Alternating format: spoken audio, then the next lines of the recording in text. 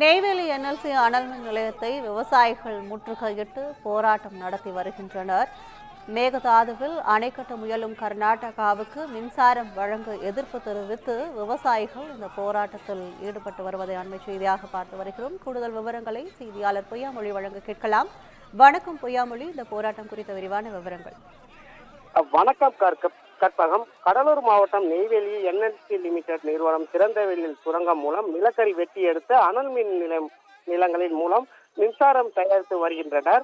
தமிழகம், கர்நாடகா, ஆந்திரா, கேரளா உள்ளிட்ட பகுதிகளில் மாநிலத்தில் வழங்கி வருகிறது.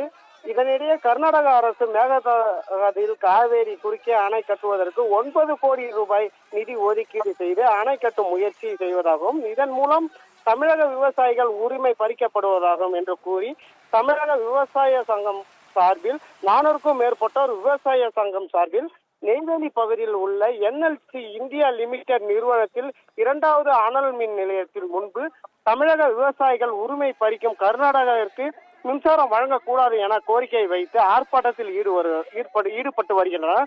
அப்பொழுது என்எல்சி நிறுவனத்தின் 2வது அனல் மின் நிலையம் பூட்டு போட முயன்றதால் 400க்கும் மேற்பட்ட விவசாயிகள் காவல்துறையினால் தடுத்து நிறுத்தப்பட்டு கைது செய்தனர். இதனால் அப்பகுதியில் நெய்வேலி பகுதியில் பதற்றமான சூழ்நிலை ஏற்பட்டு வருகிறது. கற்பகம்,